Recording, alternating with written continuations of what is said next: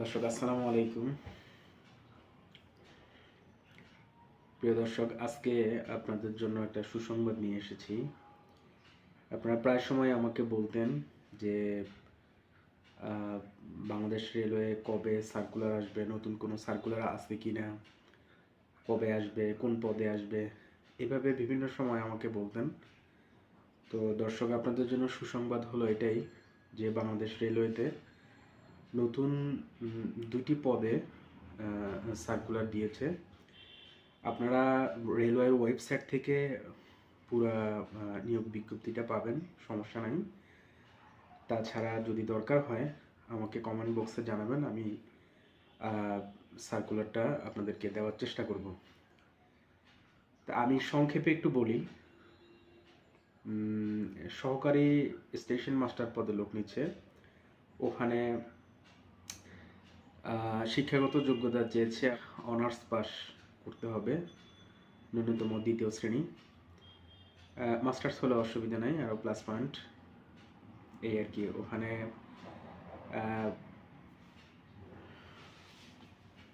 সকল জেলার প্রার্থী আবেদন করতে পারবে। আর হলো পদের সংখ্যা দেওয়া আছে আপনার 417টি সহকারী স্টেশন মাস্টার পদে।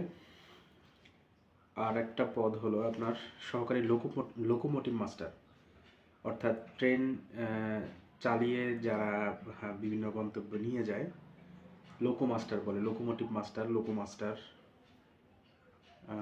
এই দুটি পদেই লোক নিবে। লোকোমোটিভ মাস্টার পদে লোক নিবে 134 জন।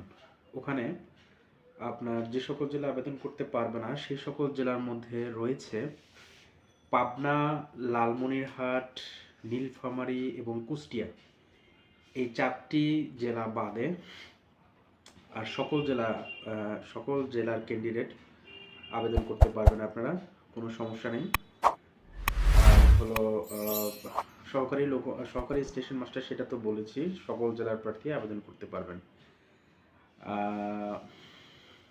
আচ্ছা, আর সহকারী লোকো মাস্টার পদে শিক্ষাগত যোগ্যতা চেয়েছে আপনার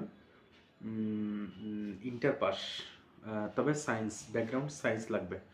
এসএসসি, এইচএসসি এটা সায়েন্স লাগবে।